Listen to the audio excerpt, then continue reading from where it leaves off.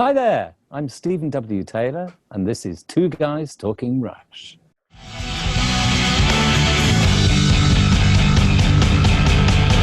Two guys talking rush. Two guys talking rush. Two guys talking rush. Two guys talking rush. Two guys.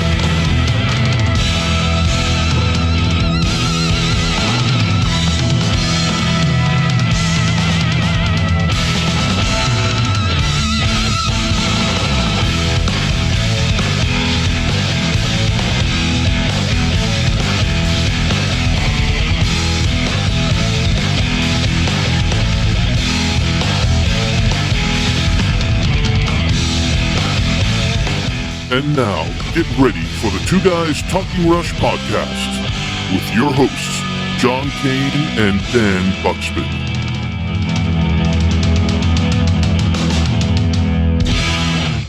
So, by the 90s, you travel around the world with Rupert Hine. So, and again, we talked about Rupert prior to you coming on, and we expressed our condolences. And there's a lot of folks in the Rush community that felt saddened by that. These albums were very important, and of course, Rupert's impact on the music industry, but also to Rush themselves, the Rush camp. You know, they post a beautiful kind of memory and paragraph on their page. So, how do you get together with Rupert, and does that relationship form in the 90s, or were you guys friends before all this, or talk about I first met Rupert on one or two sessions at Trident Studios back in the 70s. Yep. But we didn't really work together. I think I assisted on a couple of sessions, maybe for Anthony Phillips. Anthony Phillips. Not Peter Gabriel. Oh, okay. I worked with Peter, but Rupert didn't. Oh, okay. But we became friends, but we didn't work together. But what wound up when I left Trident, all kinds of stuff happened, but I wound up being managed by a company called Hit and Run, who were the managers for and the organization for Genesis. And they were just starting a leg of their company to look after producers and engineers. And so it happened that Rupert was also being looked after by them. Our manager discovered that Rupert was making a solo album, and he encouraged Rupert to work for us to work together and meet on this project. And we just hit it off, and we made the most amazing album called Immunity, which was very experimental, and it became a real flagship for our production team, if you like. So Rupert and I, we worked with lots of acts following that first thing we did. We worked with a band called The Fix. We did two albums with Saga, you know, the first Canadian band I ever worked with. But this was all based around a studio in the UK called Farmyard Studios. And Rupert and I just developed this very close working relationship where we were able to sort of communicate almost without speaking. And in some senses, he was the producer and I was the engineer. But when we worked on his solo projects, it was a co-production. And our roles did mingle and cross quite a lot. So, and we just developed a very close relationship. So that was 1980 that happened. So we had all these years working at the studio in the UK.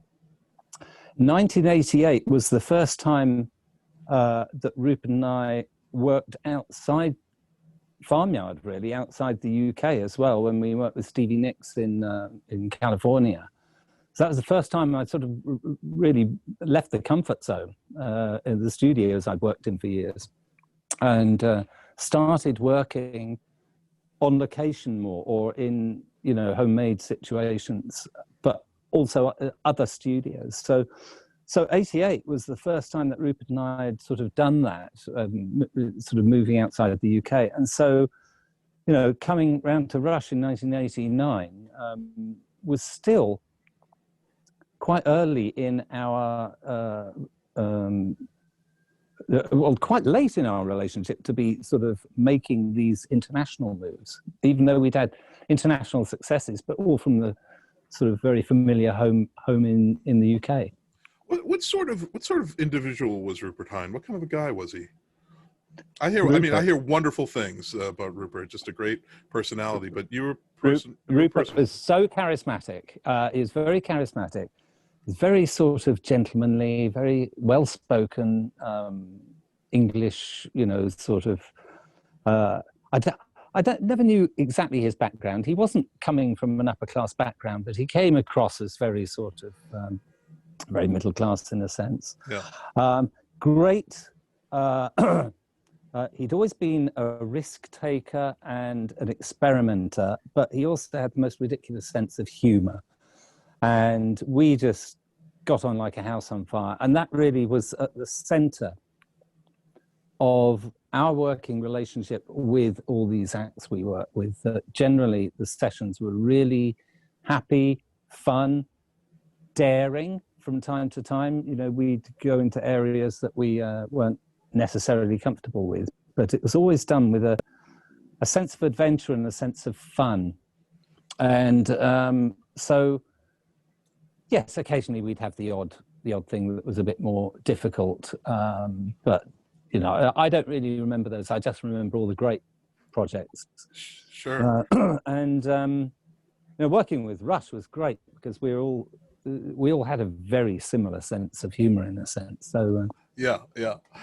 So how do you prepare? You've worked with so many incredible artists who are all just different, right? And from your skill set and what you do, how do you adapt to these situations, and how do you familiarize yourself with the artist and their vision? Is that a difficult thing?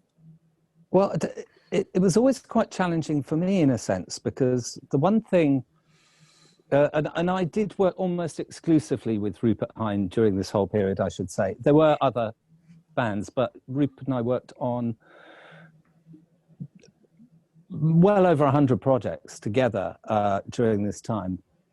Rupert was always the one who went out and did, he would meet the artists and have meetings with them and their management, and then he'd go into writing and pre-production sessions. So he'd be getting to know them on that level. I wasn't involved in that because I would only, my relationship, whereas, a producer has sort of got almost like a share in the business in a sense of what's going on. Sure. I'd be a paid individual who would, be paid the day I started or whatever. So I was never drawn into the pre-production. But I think because Rupert and I had developed such a good sort of intuition about how to do things, that I suppose Rupert in a lot of senses would put feelers out, and he would sort of give me an idea of what he's thinking about how to approach the band, but at the same time I think he'd be introducing them to the idea of what I might bring to it. So it was always like, first day on a new session, I might have met the band before. Yeah. I did meet one meeting before we started working, but it's almost like you walk in, you might even be in a studio you've never worked in before, and you say to the musicians, set yourselves up, let's hear what you've got. And of course, with somebody like a band like Rush, it would be coming in and seeing the drum kit set up. That really is where it all starts. But had you listened to the band prior to your engagement with them, or was it your style of music? Well, it kind of was, but the funny thing, and I've always found this really hard to explain to people, is that I was so busy from the time I started recording that I didn't really ever get much of a chance to listen to other bands or go to concerts or anything. I was just working constantly. Yeah. In some ways, that's a bit disappointing because you get to miss a lot of things. And I could tell you something about a bit more about that later on. But at the same time, I was very aware that I was trying to be individual and unique and not feel pressured or influenced by too much other music. Now, obviously, when I started in the business, I was already a fan of particularly bands like Emerson, Lake and Palmer and Genesis and Yes in particular. And I was very fond of the production of early Yes albums and Emerson, Lake and Palmer and things. That got me interested in sound. So I was aware of Rush, and of course they had been in Trident while I was there doing the Hemispheres album, but I don't remember meeting them. I was probably busy on something else at the time, but I was aware of them. So I come to it with a certain not preconception, but having worked with prog bands, I suppose, like Saga and people like that, there is some thinking ahead. I'd worked with this band called The Fix, who had an amazing guitarist, Jamie West Oram, or have. They're still going, same lineup. Jamie West Oram had a very good approach to sound that Rupert and I developed with him. And that gave me, if you like, a starting point to wanting to work with Alex about the kind of sounds and soundscapes he used. So I had certain ideas. I was very nervous about approaching the drums because, I knew what a monster Neil was in terms of, incredible playing, incredible sound. And so that was quite challenging, particularly the drum kit was enormous. It's like, I had worked with some drummers with big drum kits like Bill Bruford and Phil Collins at some time in the past, but most of the time you get a drummer with a snare drum, a bass drum and a couple of toms. And, it's quite easy to mic up and set up, but quite challenging working with, a massive drum kit like that. But I'm bringing a lot of experience to it and a lot of flexibility. So that's something I learned very early on, is to be flexible, but also something I'd witnessed a lot in a lot of sessions that I'd either participated in previously, was that some producers and engineers would spend days getting like drum sounds, or either in the recording process or in the mixing process. I was never into that. I wanted to get things up and running really quickly and then see if we're in the ballpark. So that's really how I have been involved in that process of just sitting there while the drummer is just going for hours. People don't realize that when you put on a record, everything that's gone into it, there are so many hours of just tweaking and just it's not quite there, that kind of thing. And I got very bored with that. I like to be. I like that's to because get it's boring. Up and running.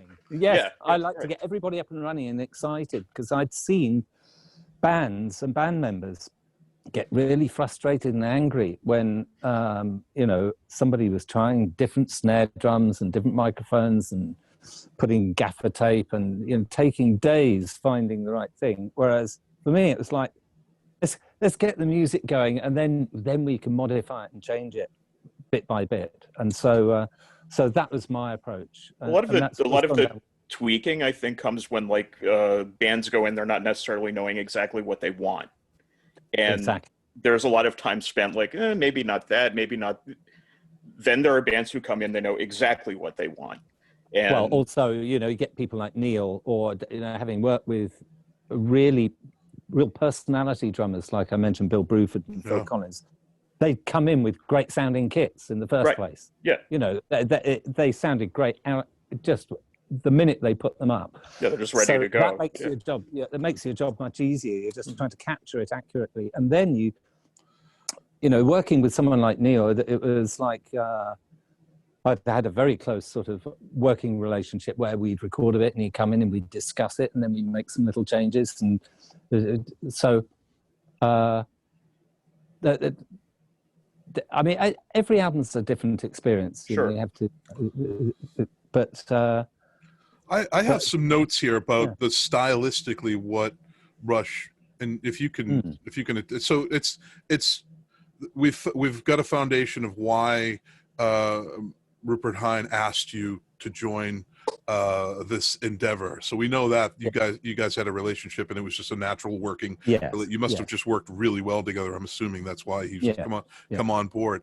But Geddy Lee explains that Rush wanted Presto to be more of a singer's album, saying that I think you'll notice that the arrangements musically support the vocals. Neil's lyrics to me are a lot more heartfelt. He says, and this album was a real reaction against technology in a sense, getting sick and tired of working with computers and synthesizers. We made a pact, they say, to stay away from strings, pianos, and organs, to stay away from digital technology. In the end, we couldn't resist using them for color. We're talking about Presto here, obviously. And One thing I should explain very much about Rupert Hine is that we've always had quite our definite areas of looking after things. I mean, Rupert, a lot of producers come up from being engineers. That's where they've learnt their craft and all the rest. Rupert comes at it from being a musician, a songwriter, and that really is his approach. And, you know, the thing that's why we complemented each other very well in this relationship, because I was coming at it also from being a musician, but handling the recording side. So it wasn't like there was an intermingling or clashing of the whole technical side of things between us. Rupert's focus, and that's why he really, most of his career has been really concentrating on working with singer-songwriters. I mean, there are very few artists, like, for instance, Tina Turner, who was a singer, but did songs by other people. Most of the time, Rupert was always working with people who wrote their own material. And he would get inside the psyche of the songwriter and the performer. And this is where he came to. And that's why I think when you're saying this is, the approach was very much more to do with the vocal side of things. And, you know, he had this very close thing going on with Geddy. I was encouraging him to not write his songs in such a high register. I think that was another thing that people noticed, was that Rupert was encouraging Geddy to sing in the lower register rather than what a lot of people did sort of consider this sort of screaming high voice. Right. And that Rupert was sort of encouraging much more sort of a focus on the songwriting and the vocal and arrangement side of it. And in a sense, and also the other thing that I'll say was unusual about Rush and Rupert working together was it was strictly a co-production between Rupert and the band. Apart from Rupert's solo albums, which I co-produced with him, Rupert never co-produced any other artists. He was always the producer. Right. And he actually said to me on quite a few occasions, he said, you know, I'm not that involved in the process here. He said, I'm involved in the, if you like, in the writing and, you know, some of the arrangement and the lyrics, you know, he discussed very much with Neil.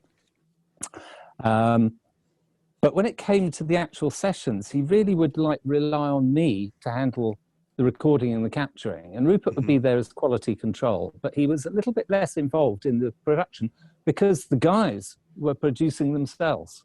Right. You know, so I was working closely with Geddy when we were doing the bass. I was working very closely with Alex doing the guitars and very closely with Neil.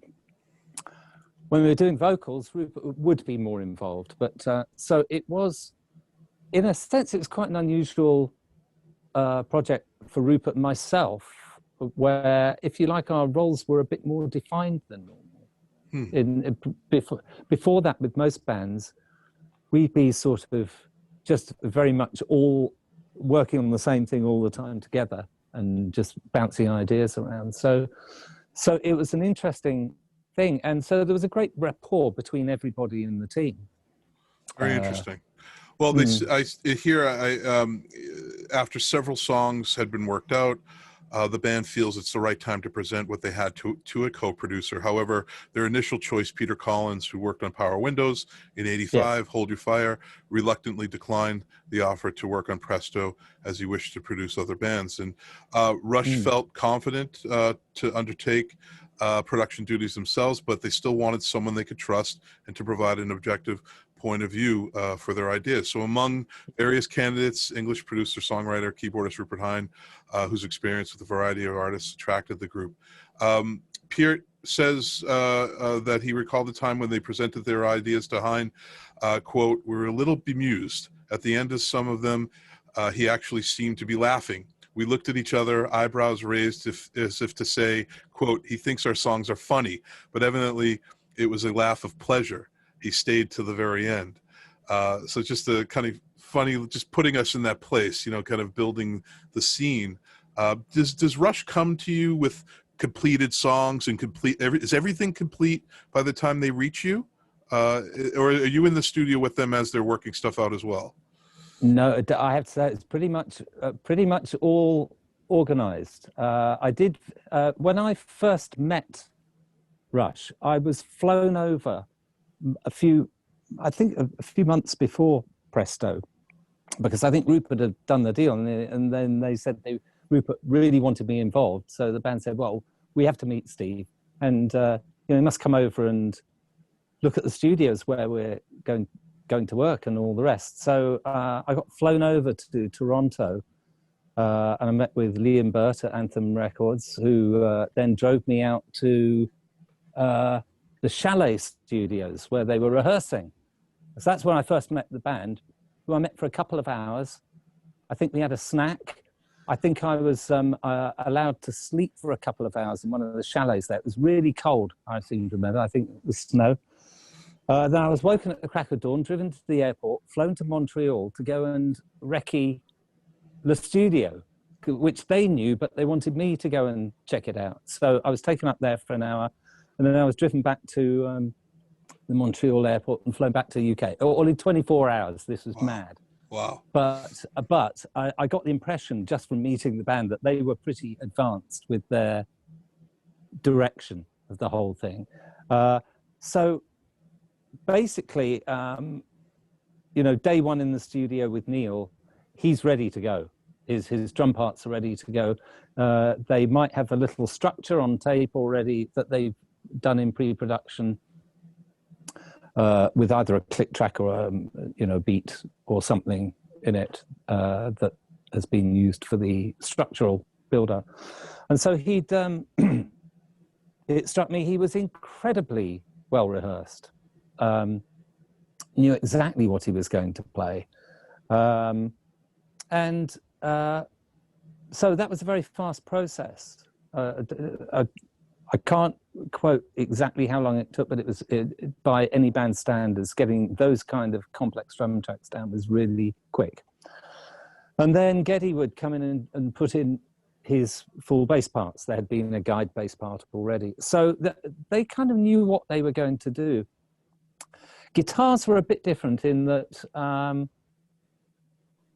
there were a lot of ideas that had been demoed that needed to be done properly with more concentration on the actual sound.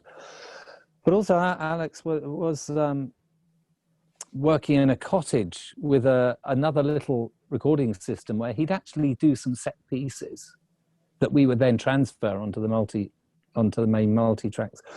So in a sense, they're coming very well prepared. And so my job would then be to capture and enhance and maybe experiment a little bit, but the experimenting would be much more to do with the sonics or the layering of sounds rather than the actual parts. The parts had pretty much been decided ahead of time. So from that point of view, it was very intense, and it was a lot of work to do, and I had to concentrate all the time. But very pleasurable because it was so productive and great results. And I listened to both albums today just to remind myself, my goodness, it's tight and it's incredibly well presented. And the thing is that I know how albums were made then, and I know how albums are made now. We didn't have Pro Tools. This stuff was going straight to tape. Drum tracks, well, Neil he'd nail a whole drum track in one take, maybe do an alternative, but he was good at that. And so everything else had to be perfectly recorded there and then. You couldn't edit, you couldn't cut and paste. There was none of that. And so just listening to how particularly tight and well performed and arranged really blew my mind today. It was a great reminder to hear that. Yeah. This is going to sound like an elementary question or maybe stupid, but is it impossible for a band like Rush to perform and record live like that in a studio? I mean, you look at like Black Sabbath, right? Their first album. Yeah. That was basically the set that they were playing in all the clubs. Yes. And by the time they were able to record that, they just banged that out, A band like Rush, impossible? No, not impossible at all. But I think the thing that I've discovered with a few bands I've worked with, because most bands they're either just have written their music or they are in the process of writing it. And some bands do, work much more on putting the ideas together in the studio, and that takes a lot more time. But interestingly enough, I've done a couple of albums with bands where they've written an album, they've gone on tour with it, performed it live, then they've come into the studio and absolutely nailed it. Now, it's not very often that happens, because it's almost like, I think most people want to write their music and get it recorded first and structure it that way. But Rush could do that if they decided. If they decided and rehearsed to the standard that, I mean, their live shows are incredible. I've been to a few of them, but you could go into the studio with that kind of preparation and record it live. But very few people choose to do that. Right. Two of our favorite, we kind of, when we talk about an album, Dan and I will pick one song that we really love, the one that stands out for us. Chain Lightning was one for me, and The Pass was another. Available Light, Dan, what was yours again? Yeah, Available Light. Available Light. Are there any, do those songs stand out for you, or do you have a song that stands out for you that you remember or that you just like on that album? I mean, everything jumped out at me. It was a great reminder listening to it all today. But it's funny, all those songs are great, and I love them all. But I'd say just today, the ones that really jumped out at me from Presto, Red Tide really blew my mind. Yeah. It was. You'll hear me often saying this to other people. I think there's several ways you can look at recordings or songs. On the one hand, you could have a great song, or you could have a great performance, or you can have great sounds. But every now and again, I like to call something just a great record. And that is where it all seems to just fall into place. And so it maybe isn't the best song, or it isn't maybe the best performance, but every now and again you get something that just is a great record. It's like where everything comes together. And so while I've got lots of favorites really, but and Show Don't Tell, I mean, I think maybe because I think we started recording that first, the first thing we did. And so it's an amazing journey for that. From Roll the Bones, Bravado actually, Dreamland's great, but Bravado really struck me with memory today, as did so many of the songs. So I suppose I probably have different things that appeal to me in a sense. Yeah. A couple of them, like when I was listening to Face Up, I just thought the groove in it was so amazing. Yes. Mm-hmm. So, I have things like that. But when I talk about Red Tide, there's something about the whole of the thing, and the dynamic and the peak and the way I'm very into dynamics and songs that have a journey, you know, that reaches a peak or a goal, and that's what I love so much about most songs. There's something about Presto compared because Presto and Roll the Bones are so closely related because of the just by pure time that they're, you know, there's an album, a tour, an album, and then another tour, all that. That Presto doesn't seem dark, but there's a sadness to Presto. I don't know what it is for me. It's just that we looked at the album cover. It's gray, and you know, there's storm clouds overhead, maybe some of the lyrical expressions in it. And then we look at Roll the Bones, which, like I told Dan, feels very optimistic. There's a brightness to Roll the Bones, and I mean that in the best possible ways. And more humor and positivity, in a sense, you know, that comes out. Most definitely. So to get into more of that in a second, there's one thing that I always wanted to figure out. So Rush throughout time have done various vocal sampling things, you know, morphing their vocals in a lower register. They do that on subdivisions, and then they do it with the song Chain Lightning. That's nice at the very end of Chain Lightning. I think it's Chain Lightning, and then they do it with Roll the Bones, you know, with the rap sequence. What's the deal with that? Is there something to that? I tell you something that shocked me today that I didn't remember. When I was listening to was it in Show Don't Tell, is the deep voice saying the judge and the jury. Which, that's right. Or whatever the words are. Yeah. That completely freaked me out because I don't remember doing that. But, wow. You know, little tricks like that. But so often it's just to do with changing the speed on the tape machine to record things. Just to give a different tonality, which you know, the Geddy and Roll the Bones, it would have been recorded with the tape sped up, right? So he'd be hearing the beat and everything a lot faster, and then when you slow it down again, it's more relaxed and it's got that kind of sound to it. That's great.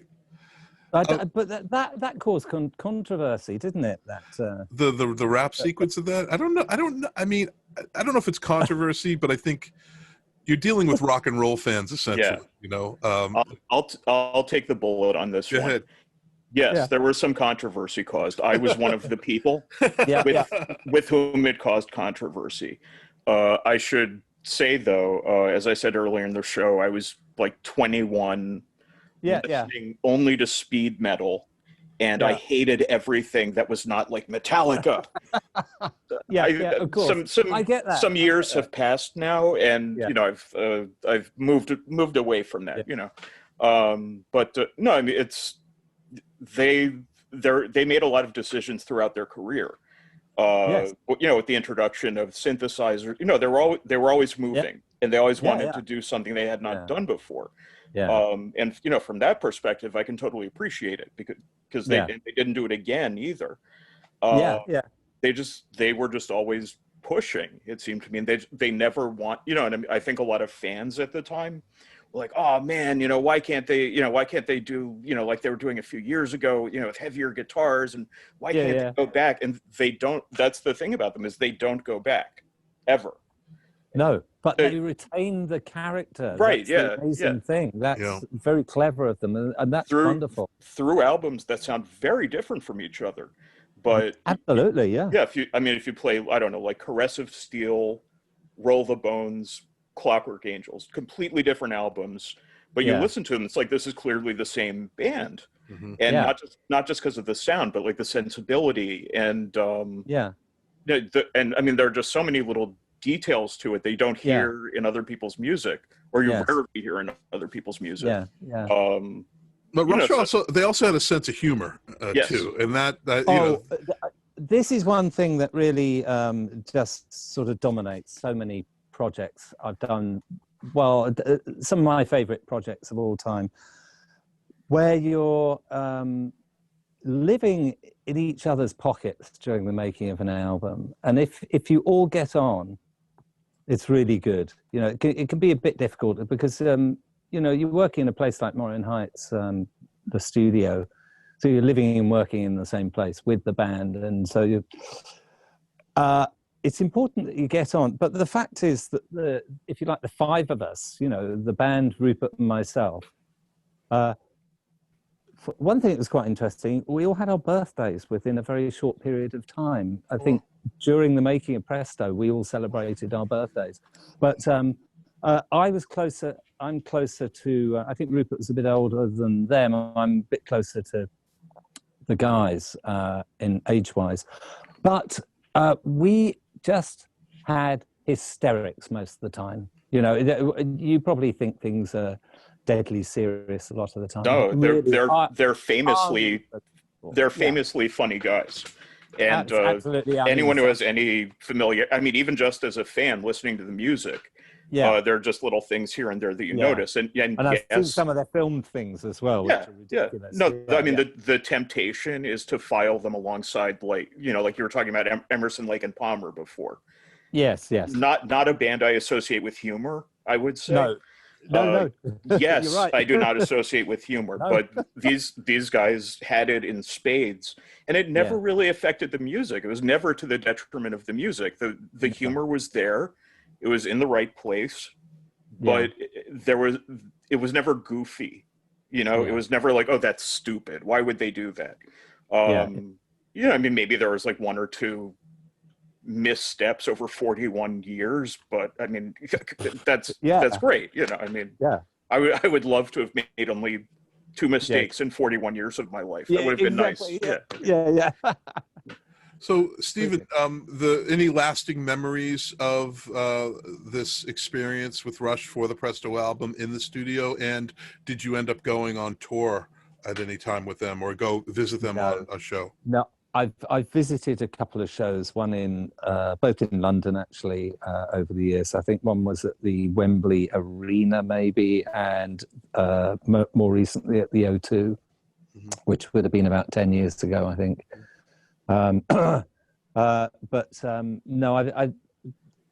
I haven't been involved in any aspect of live performance until the last few years, which is another story. But lasting memories. Well, you know, one of the great things, I don't know if you've seen some of the ridiculous images behind me, but raccoons. We used to have midnight volleyball sessions every day after we'd have the session during the day, we'd have dinner, do a bit more work, and then at midnight, because Presto was made in the height of summer, it was really hot, really humid, and mosquitoes everywhere. I mean, it was unbearable. But this sort of ritual, and it really was, I think it was, we had a complete competition going on, volleyball, at midnight, usually with drinks. And we had the visit of Rocky the raccoon, who'd come every night.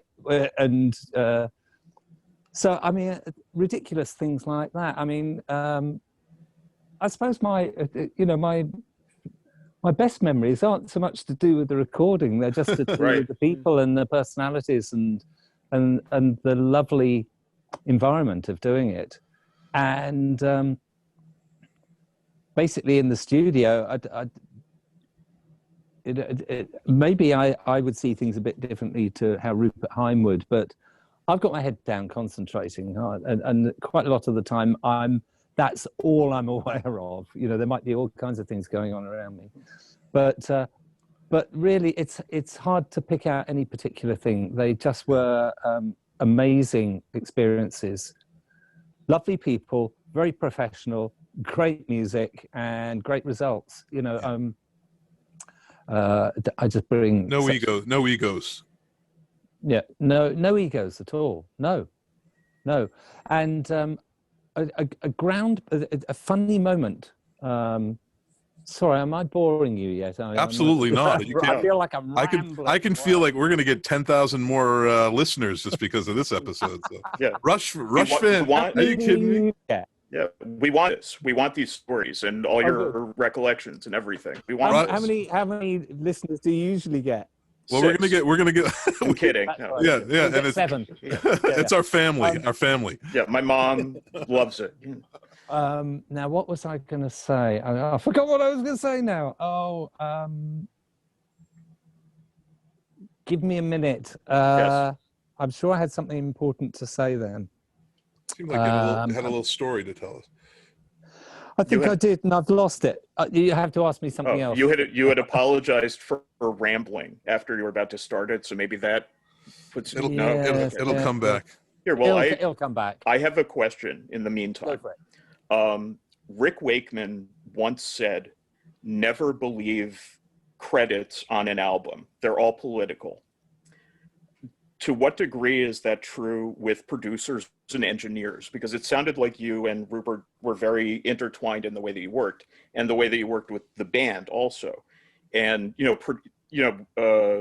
have producers like the way Phil Spector was a producer. You have you have producers the way Rick Rubin is there are a lot of different approaches. Mm-hmm. But it sounds like on those 2 albums, everybody really was involved, and everybody absolutely you may have had a finger in the producer pie yourself, or it's there's a blur to it. Rupert and I had an understanding in that we would cross the lines with each other's roles occasionally, but it was just it was a partnership. That's the way we worked. I think there are some producers who work with engineers who don't have that kind of relationship, and I think there can be sometimes friction and competition between them, and the engineer, if you like, trying to influence the production and get into it. I was just lucky that majority of people I've worked with, I've had a very good working relationship and a good understanding. When you read the credits on a record, I must say that my credits have always been pretty accurate. It usually says recorded and mixed by me and produced by someone else or whatever. I would have a role in the production in a sense, but I was never aiming to try and sort of grab hold of that with someone else.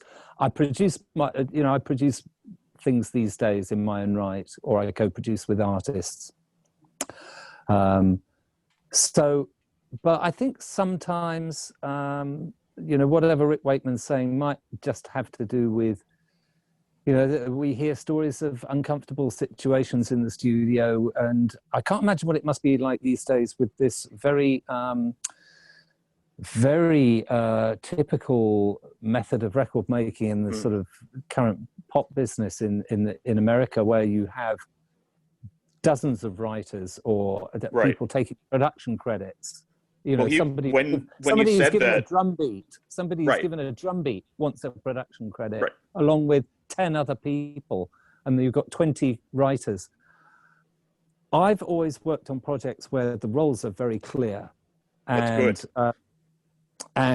as partly, as I said, Rupert, on the whole, Rush was a bit of an exception in a sense, but on the whole, Rupert would want to work with singer-songwriters, and he would sometimes make suggestions to a songwriter. Rupert wouldn't then chase them for a piece of the publishing. Right. Yeah. But there are some artists out there who get somebody to write a song for them, and they go in and change one word so that they can take half the writing credit. Mm-hmm. So there are people who cross that boundary, I think. Yeah. When Wakeman... when Wakey said that, he was referring to the Union album, which you may or may not remember, was basically the smashing together of the Trevor Rabin incarnation of Yes and Anderson, Bruford, Wakeman, and Howe just sort of smashed together. And, nobody was happy with how that came out, but you bet they got the credits right. You bet those credits read exactly the way they wanted them to. So, I mean, I think that was sort of what he was talking about, but Rush and you and Rupert, it just doesn't strike me as the same kind of situation. You have Rush, it's on the album, it's co-produced.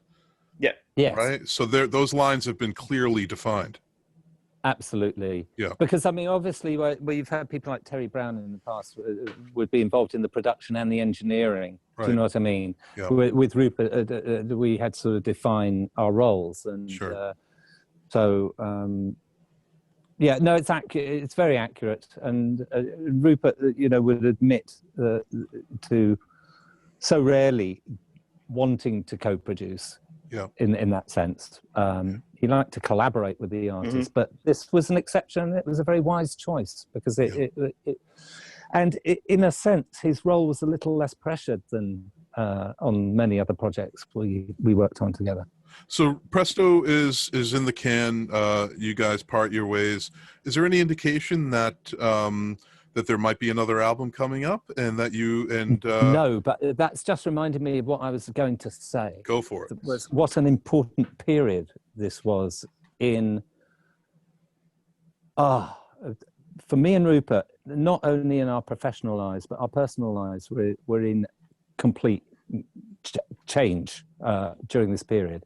But what happened was we did Presto, and the following year we got involved with something called One World, One Voice, which I don't know how aware you might have been of that project, but it was a massive global production started by the BBC, where we teamed up with Kevin Godley, who was directing a film and a documentary for the BBC for this global thing that was seen by hundreds of millions of people around the world. That happened sort of exactly between Presto and Roll the Bones. So it was, I was talking about this with somebody earlier today. It was Presto for me was one of my earliest sort of going out into the world, outside, as I said before, outside my comfort zone, to do a project, stretching out to, a major artist, different country, different new studios and things like that. The following year, we did One World, One Voice, where we traveled with the film crew all over the world, many different countries. With the film crew, we worked in everything from top studios to recording in hotel rooms and on the street and whatever on portable recorders, and came back and did an incredible post-production job on it. And it's a beautiful piece of music and very important. Then the year after we did that, and that was a huge upheaval in our professional and personal lives. Then the year after, suddenly we're invited to, they had no idea it was going to happen, but we were invited to go and do Roll the Bones. And it's almost like we've had so much new experience and opinion on the world between these two albums. So from one point of view, the albums are very closely linked, and there are a lot of similarities. But if I think of what Rupert and I had been through between the albums, I can't remember or imagine whether that would have had much of a difference on our relationship with the band or not, but must have been aware of that. So, but it was a lovely surprise to get asked back. It really was. Isn't it incredible? We have, and I've always said this to Dan and other people, that we're so lucky. I mean, music's so different now. The music industry is so different now. But, I'm a Gen Xer, Dan's a Gen Xer. So we caught this tail end of this renaissance in music. And part of that renaissance wasn't just the amount of music, but it was also this standard of recording and creativity, where you'd have bands like Led Zeppelin writing albums on the road, they'd have 2 albums per year. Now you have bands that just 7 years you get one album. You know, we were just talking about Van Halen, like no music for 15 years. You know, Metallica 7 years for an album. By all means, we're not comparing Rush to any of those bands, but here we have the 90s.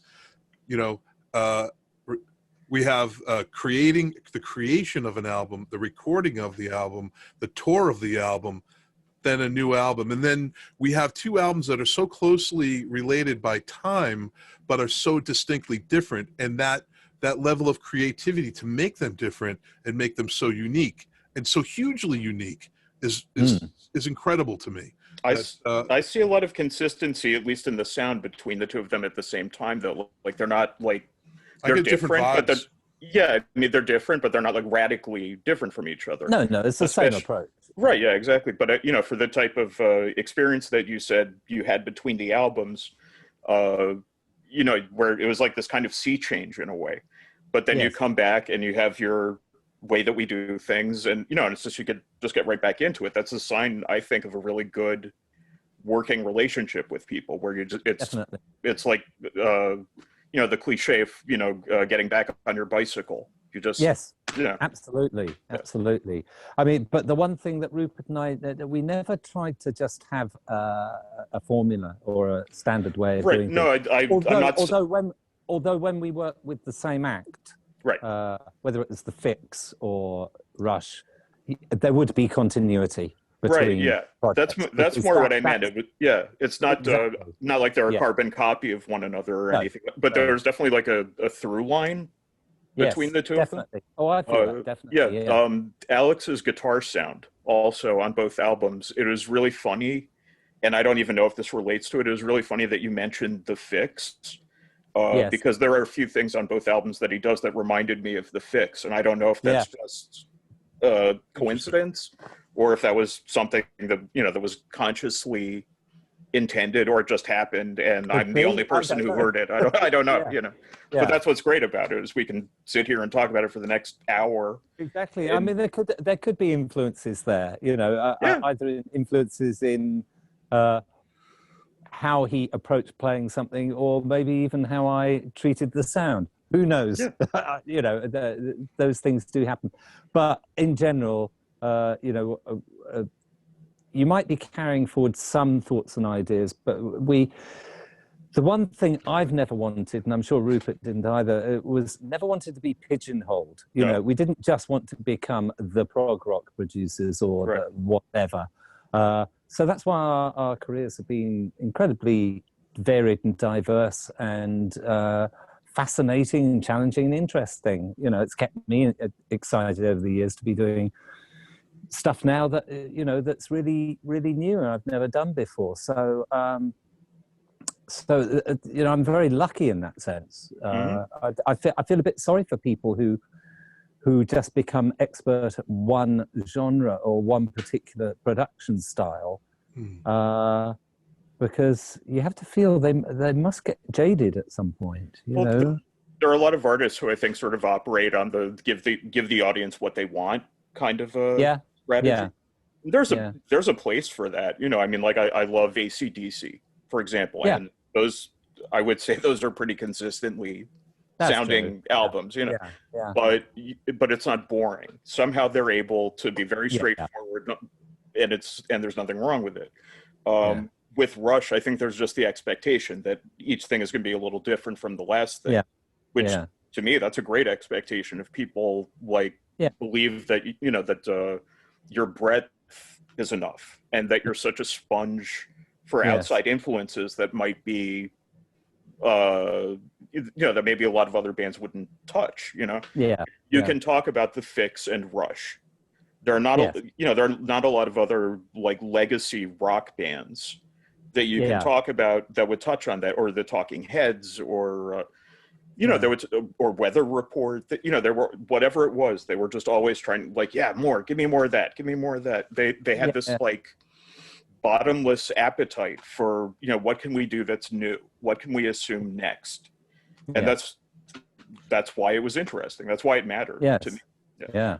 So you obviously you get invited back. You and Rupert get invited back to record Roll the Bones. I'm sure you gladly accepted the offer, mostly because you liked working with the guys. You knew the content was good, and that you had some relationship already established where maybe things would just work purely efficiently on an efficient level. So how do you compare the two albums when you look back at your resume and portfolio of music? Well, the funny thing is sort of having such a distance from them. I've always kept them sort of very much in the same little pocket. Maybe because they happened so close together. You know, it's only 2 years apart, slightly less than 2 years apart actually. But and to me, a lot of similarities. Obviously, you know, to a real fan who knows the entire catalogue backwards, you will be able to make much bigger distinctions in a sense. Me looking back as part of my resume, my catalogue, whatever you want to call it, I do keep them in very much in the same mode. But I think it was surprising listening to them today, because I thought I was going to be blown away by Presto, because it was the first one, and therefore it would remain the most exciting. And I was almost not expecting to feel disappointed, but I was expecting that I might just feel that Roll the Bones might be a bit more of the same. But when I listened to it, I really did hear the development and the change in it. So so I haven't really formed an opinion on that. I've only just sort of, if you like, noticed that today. Yeah. Well, Go ahead. I'm sorry. Go ahead. No, go right ahead. The thing that I've been pretty busy throughout my career, and the fact is that it's an emotional journey when you make an album from start to finish like this. I mean, I do maybe a bit more just mixing these days. Sure. But the emotional journey, Rupert and I were so busy during the 80s and much of the 90s that we would start a project day one, and then very few days off, because the way you booked studios back then, you'd have to pay for, if you didn't want to work, they'd either want someone else to come in and buy the time, or they charge you for it. So taking weekends off never really happened. Yeah. Rupert and I would work for anywhere between 7 or 8 weeks and 3 to 4 months on a project, with the whole emotional journey. And then you come to the end, you'd have a big playback party and all the rest.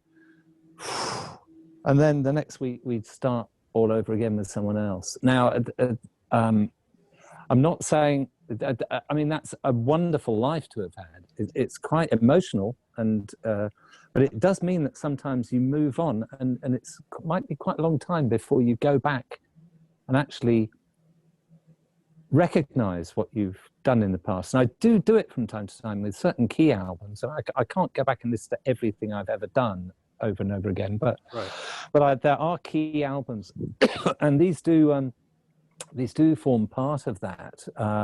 There are absolute milestones of things that I listen to from time to time to give myself a kick, really, and remind myself, in case I think I'm getting lazy or complacent about. Yeah.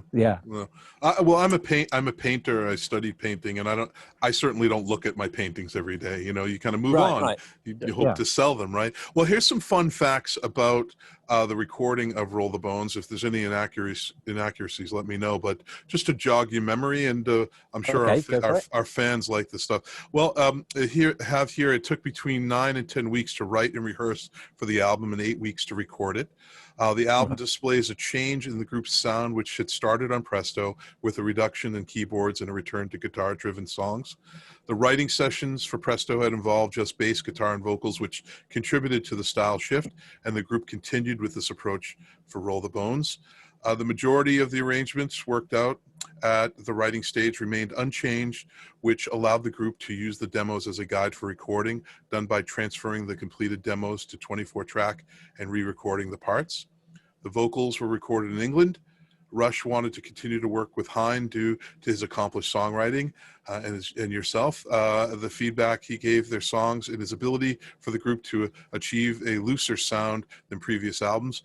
Geddy Lee says that various production tricks they had learned from working with Peter Collins in the 1980s were used on Presto and Roll the Bones. Seems like there's a lot of that Peter Collins-esque stylistic kind of approach and technique is applied.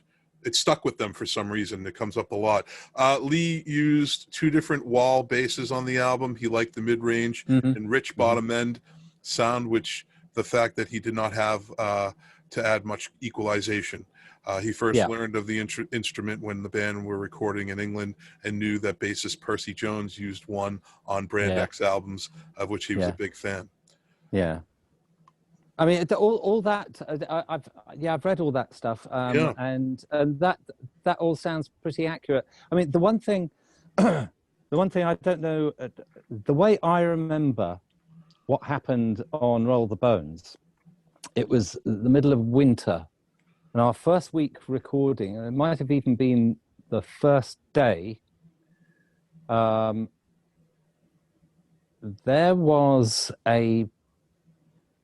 think there was a power out because the truck had hit a power line pole, and we had a blackout in the studio, which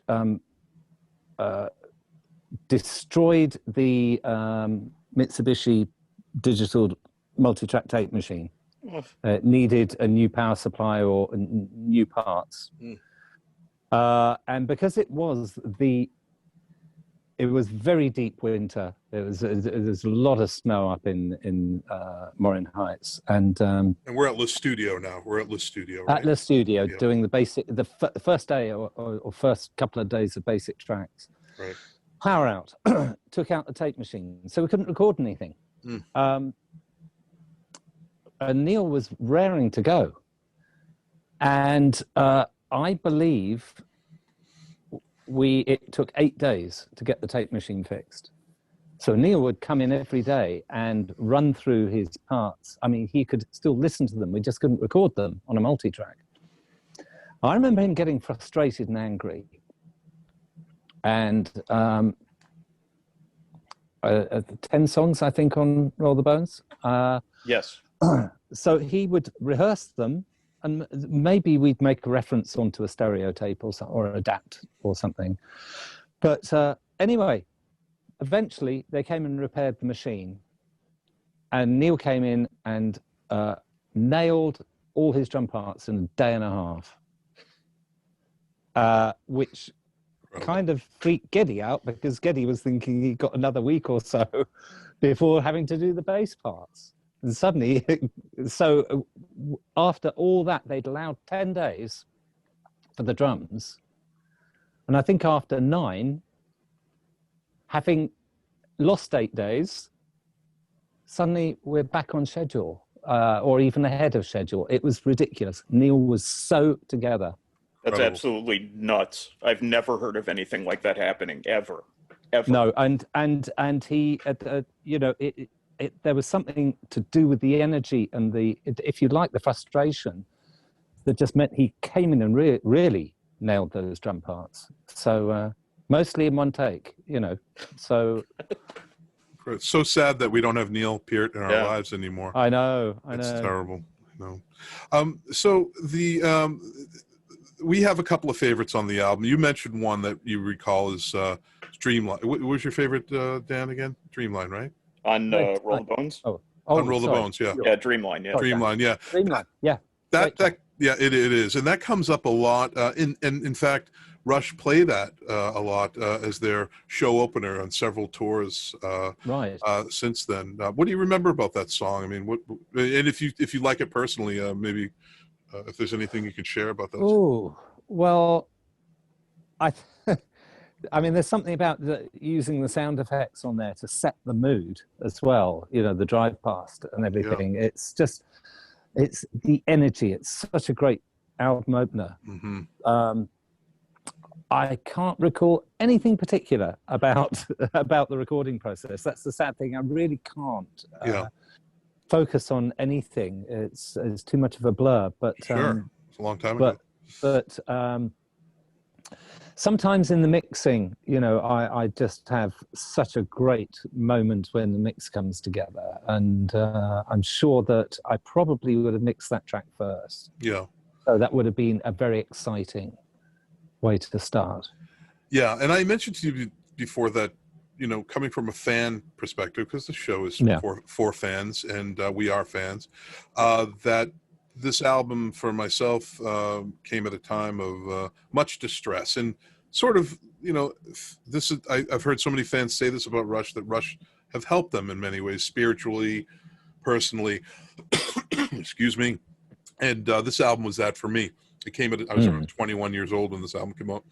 Yes. One song that stands out is The Big Wheel. I love that so much. But the album as a whole, I just think the songwriting, and even in reviews, that's the one thing that comes up is the strongest. It's just the songwriting is so strong in this album. There's an instrumental on the album that stands out, and Rush were famous for their for doing this in several albums. Of course, with YYZ, with Moving Pictures was the last time they had done a instrumental. But Where's My Thing is the instrumental on this album. Yes. We love when Rush jam. No lyrics, just hearing the guys just rip it up. Any recollection? Yeah, go ahead. Well, the funny it wasn't thing about live. That, when I listen to it, it feels very structured though for an instrumental. Yeah, it really does have a perfect song structure. It made me laugh listening to it, because I think it must have been, everybody must have been in hysterics recording all those little guitar parts and things like that. And it's just great. But what it does contain, it reminded me today, it had, I was listening and it had my, and I don't remember if I did this on Presto, but I have to have a trademark moment of tape phasing on every record I do. And I heard that just at the end of Where's My Thing. And because I still do that to this day, every album I mix, there has to be some element of tape phasing, the sound of tape phasing. What do you mean by that? By pulling out, like bringing the sound down, or how do you explain that? Define tape phasing. Oh, it's like that sort of skyrocket effect. Ichiku Park by the Small Faces. Yes.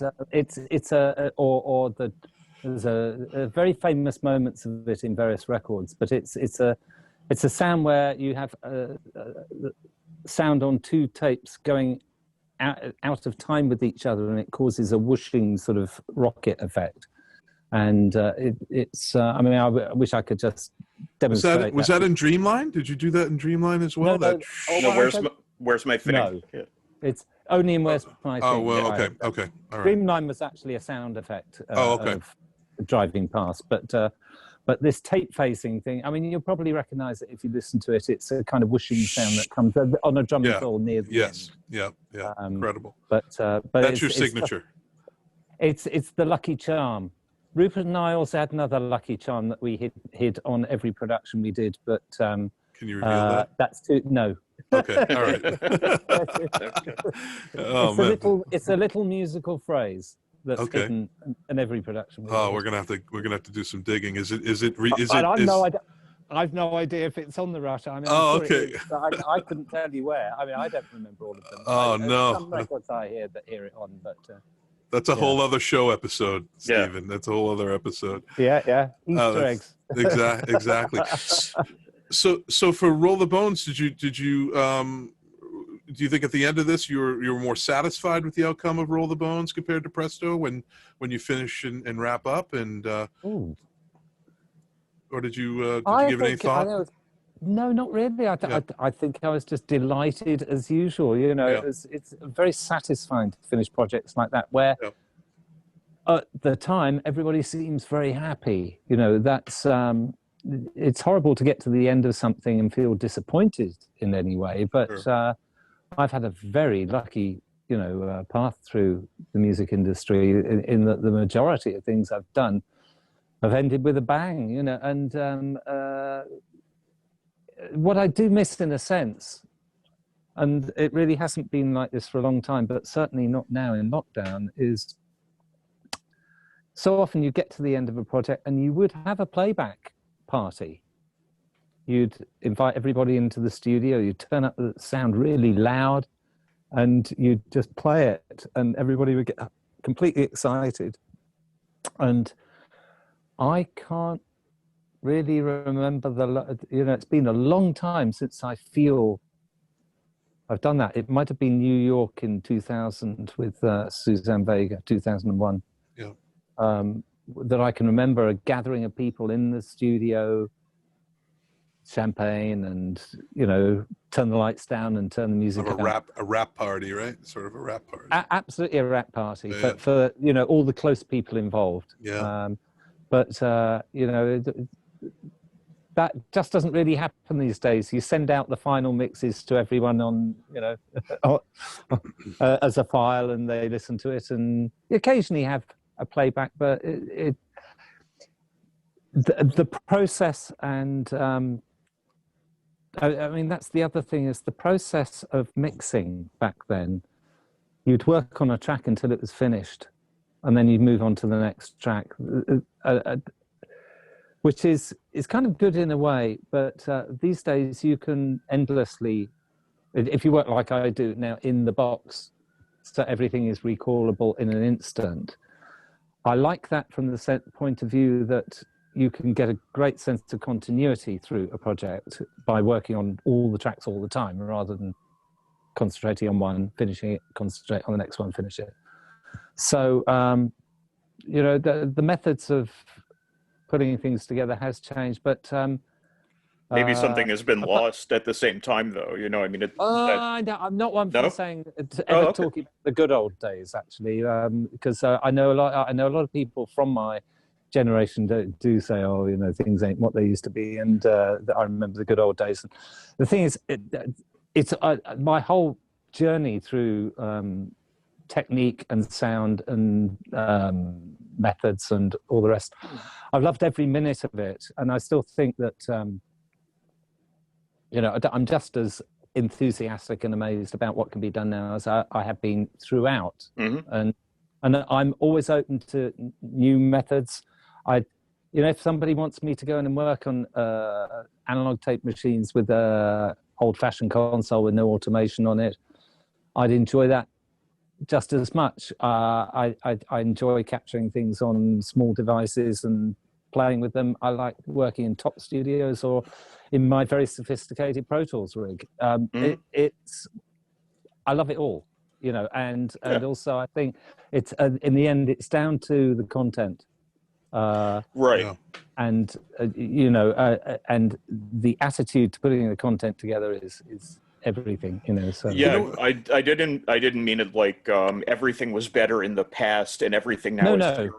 But a lot of people do think there's that. But I mean there was value in the way things were done back then. There always has been. It's I mean, I love the whole journey. But also too with Rush, you know, you enter the studio, and you're not entering the studio to make a hits album. No, we're not looking to make a hit here. You know, we're looking to, as you say, take the mastery of these musicians, the concept that they come up with, and just get it down, because you know what they're going to do is going to be amazing anyway. The track record is too good, and even if it was a misstep, it's not going to be that big of a misstep. I mean, there aren't many missteps in Rush's career. It's just the good far outweighs the poorly delivered. I mean, there's hardly any of that at all. So when you enter in the studio, there must be a level of just like, okay, I don't have to worry. I just need to make them sound good. I need to make sure that there's a flow, but there's no, you know, we need to make the next big hit to make the most money. There's no force. No. You know, that was something that never motivated Rupert, and so often, you know, there'd be some projects where you get a lot of pressure from the record label about wanting the next single or wanting Rupert was always just about wanting to make the best thing in the moment, the best record you can make right now.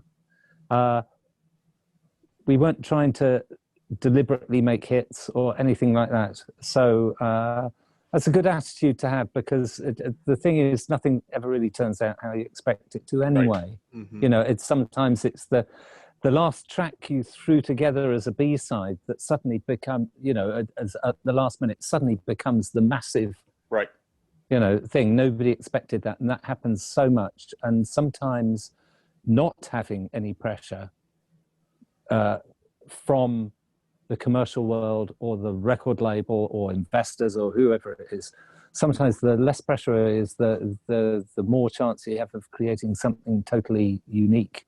So you never really want to go in with a total preconception.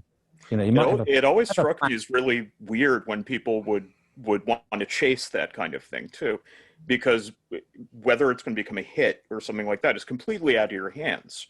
You make the best product you can make, you have faith in it, but then once it's out there, who knows? Yeah, who knows? Exactly. Yeah.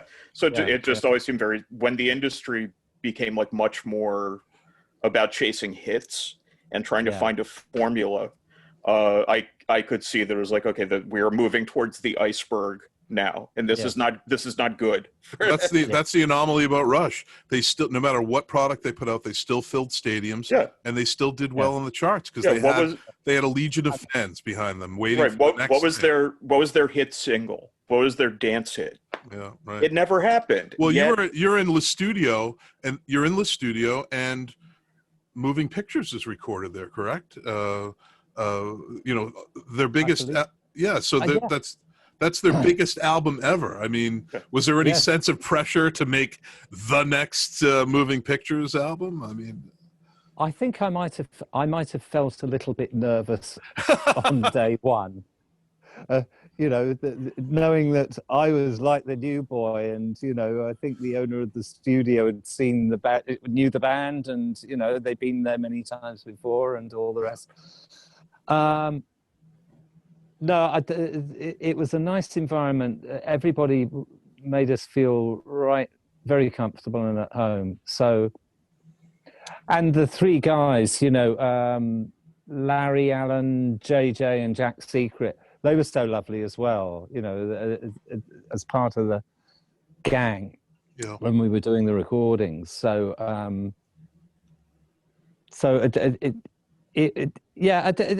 think I did feel a little sort of nervous to begin with, but I think we just all got on so well. And because I wasn't alone, I was with Rupert. We had that together, coming as a team rather than just one individual. Maybe that helped integrate. So were there any differences in the and just a few more questions. I don't want you to exhaust yourself doing this, but I know our fans are just like yes. Were there any differences to the approach to recording in Roll the Bones compared to Presto? Was anything changed or done differently, or did you just apply the same technique? I'm pretty sure I took the same basic approach. I mean, I don't think it's not like I had any actual templates or anything. I might have used similar microphone setups.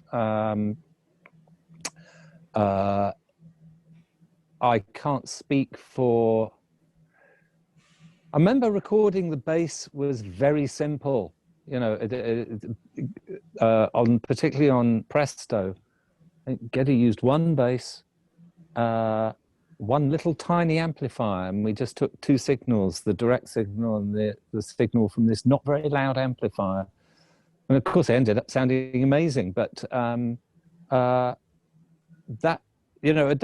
I was really quite shocked to hear, when I went to hear them live, and just how massive the bass sound was live. I mean, it's a completely different thing, isn't it? But I can't think much changed. The only thing that the main thing that changed between the two albums, when we started recording Presto, the plan was to mix it at Farmyard Studios, which is where Rupert and I had our home for the previous 8 years. While we were in Toronto, I think, working at McClear Place, we heard the news that the owner of Farmyard had sold the studio. And suddenly, you know, and if you like, that was going to be our point of reference, in a sense, to take it back and mix it in a place we were totally used to and comfortable with. But suddenly, that was gone. I mean, that was a shock, because that had been booked and planned, but the owner decided to sell it off.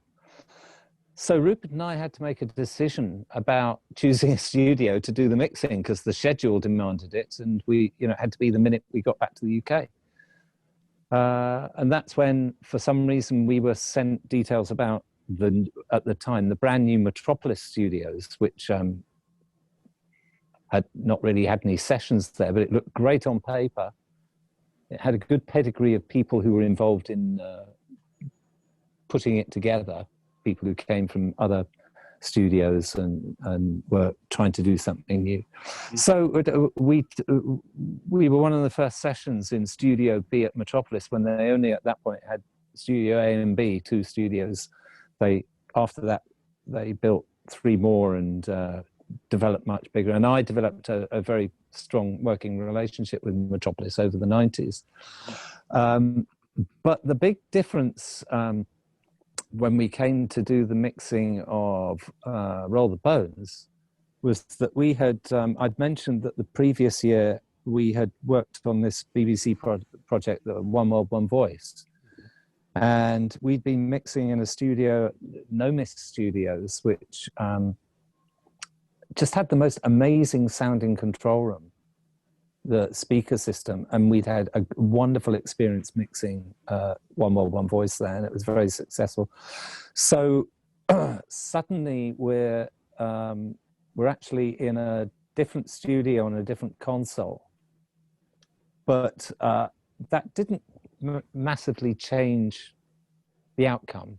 But if you like, that was the one major difference between the 2 projects. Everything else had been Morin Heights, McClear Place, and you know, all those sort of things were in common. So it's the only thing I can think that was really radically different. But by then I was getting used to working in different environments. Whereas when we started Presto, I was expecting to go back and mix it in the studio I'd become very familiar with for the previous 8 years. So it was the beginning of a journey, in a sense. Yeah.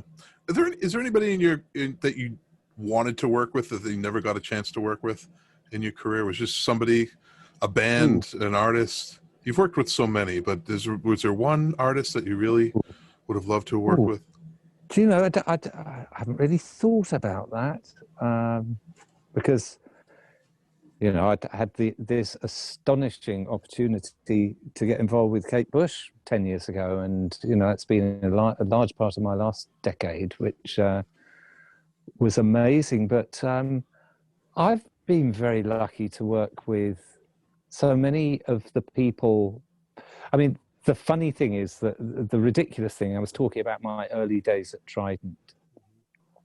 I found myself working with some of my heroes within the first year of my career. You know, I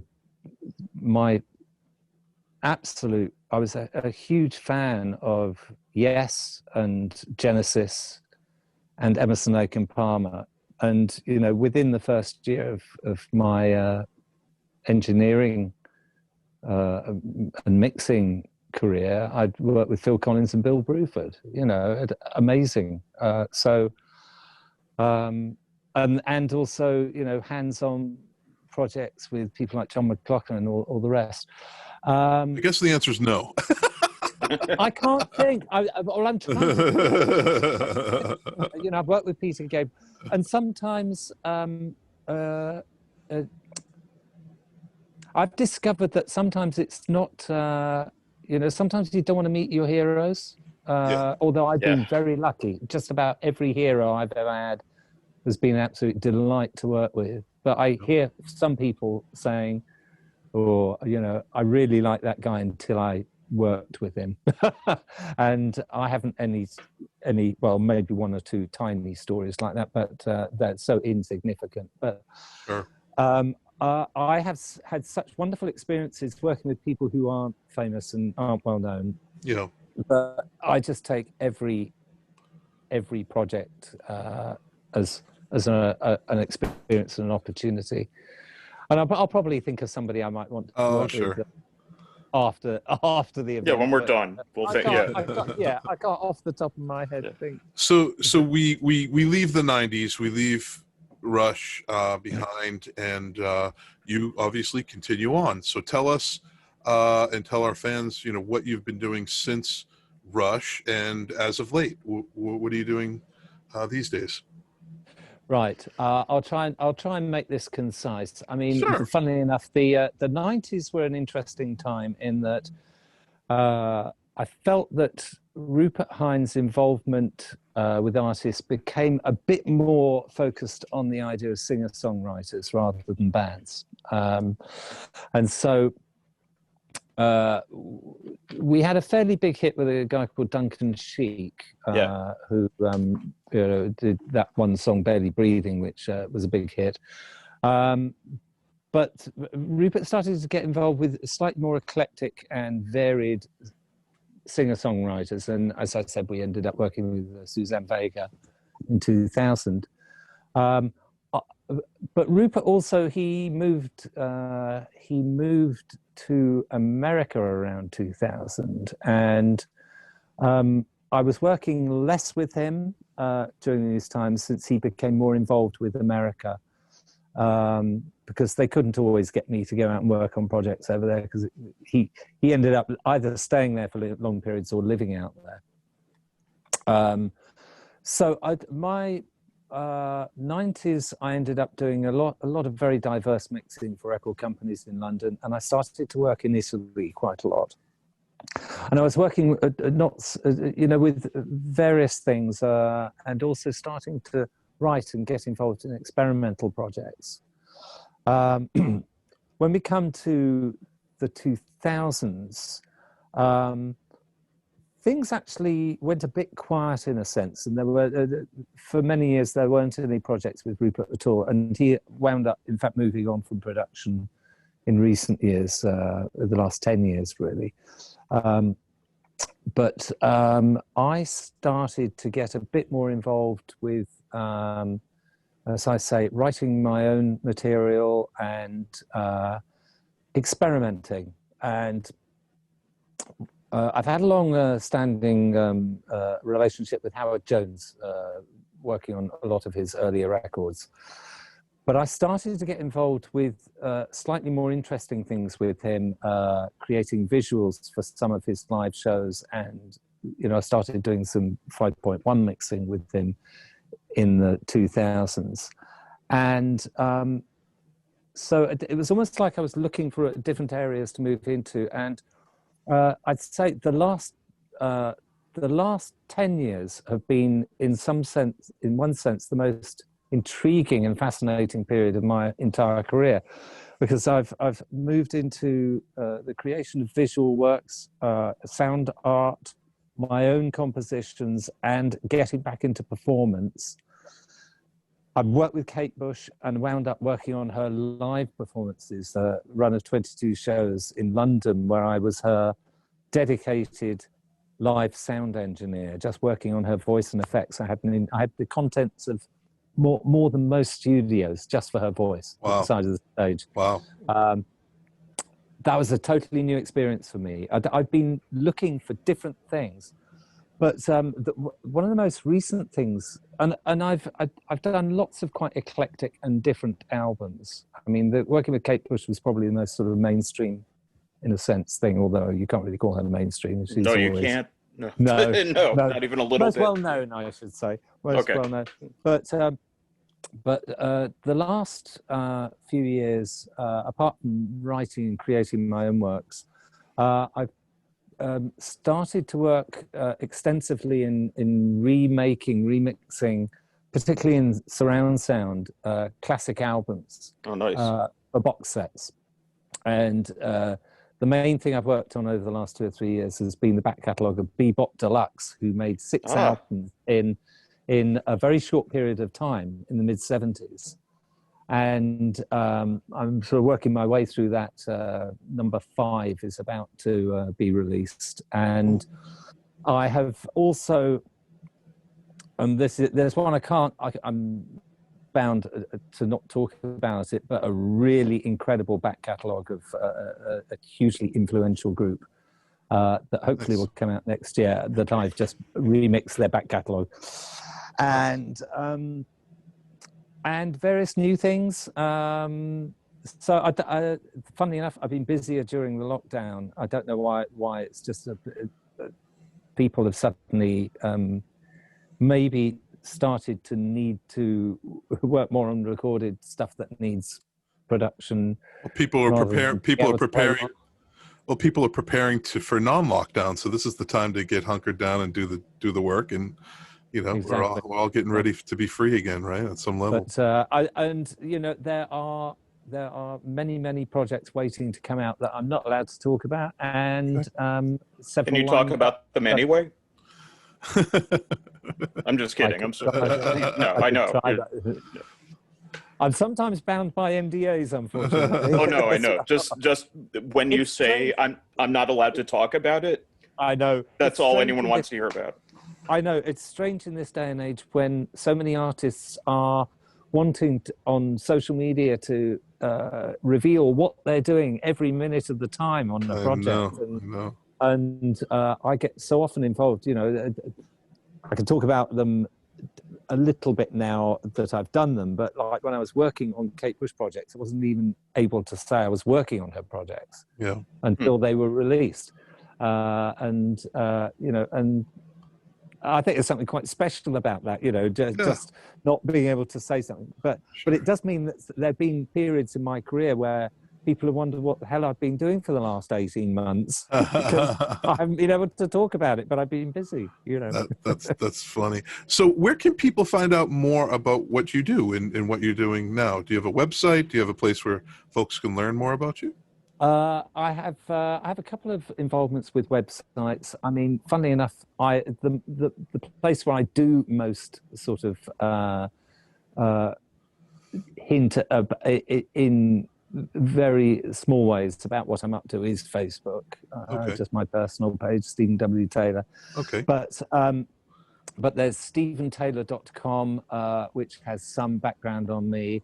There's ArtsChimera.com, ArtsChimera.com, which is the company with my partner Sadia are involved in various different aspects of the arts, and there's quite a lot of info about me on Wikipedia, but I don't have a particularly sophisticated website, but it contains some background, and as I say, Facebook is where the tidbits come out all the time. So totally. Well, I just want to say thank you first and foremost for responding to my inquiry. You didn't have to do that, and we've had several conversations before the recording of this podcast, which I appreciate. And if my former self, my 21-year-old former self, with my headphones on, while listening to Roll the Bones, could have ever imagined that my 50-year-old self would be interviewing someone that had that sort of direct influence on the sound and the impact, the impression that album made on me, I would never believe it. So I can't thank you enough for, on behalf of every Rush fan that loves and holds these albums dear to their heart, I just want to say thank you so much. Well, thank you. I'm incredibly touched that you would say that. For years, I mean, maybe there's more contact these days, but for years, there wasn't much direct contact for us studio folk. We were just locked away doing our thing, and you might read reviews and whatever. But it's always very heartwarming when you hear such nice feedback from people. So thank you for having me. Well, thank you, and thanks for coming. This is the essence of Two Guys Talking Rush, is we want to learn about the people behind the scenes. We've had crew people on the show, the people who've made the live performances happen, and you know, it's definitely just as significant to have the people in the studio that sort of made Rush what they were on each album, right? So very, very important. Thank you very much, Steven Tayler, and appreciate you coming on to Two Guys Talking Rush. Thank you. Yeah, thank you. Lovely to meet you. Bye-bye. Bye-bye. That was great. That was awesome. Yeah. I mean, you know, when you get to the heart of this show, the motivation of doing something like this is exactly why and what motivates me to do and to host and to have even created Two Guys Talking Rush. I never imagined a show that was just, we're like I just imagined it being the network of all things Rush, the staying on top of current events, but also having good interviews and good content and good guests. All of our guests are good, but just really digging deep and getting down beneath the soil and seeing what's really going on in the world of Rush, or what made the world of Rush come to be, or have it be realized, but I can't thank Steven W. Tayler enough. And well, folks, there it is, another episode of Two Guys Talking Rush. My name is John Kane, and this is the delightful Dan Bukszpan. And thank you for tuning in to another episode of Two Guys Talking Rush. What can I say, folks? Rush rules.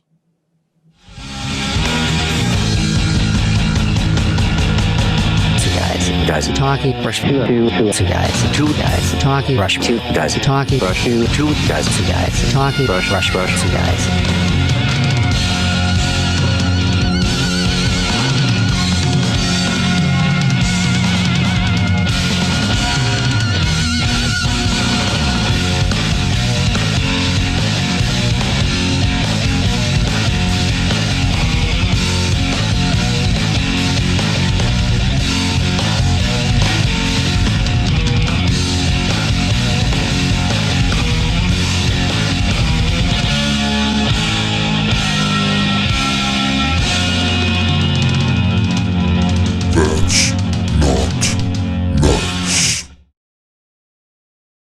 Live music inspires millions around the world, but the concerts we all enjoy wouldn't be possible without the countless crew members working behind the scenes. As COVID-19 puts concerts on pause, we want to extend a helping hand to the touring and venue crews who depend on shows to make a living. Crew Nation was created to do just that. Crew members are the backbone of the live music industry, and we hope you'll join us in supporting them through this temporary intermission until we can once again unite millions around the world through the power of live music. Crew Nation is powered by Music Forward Foundation, a charitable 501c3 organization that will be administering the fund. Live Nation has committed $10 million to Crew Nation, contributing an initial $5 million to the fund, then matching the next $5 million given by artists, fans, and employees dollar for dollar. Please support Crew Nation at www.livenationentertainment.com/crewnation.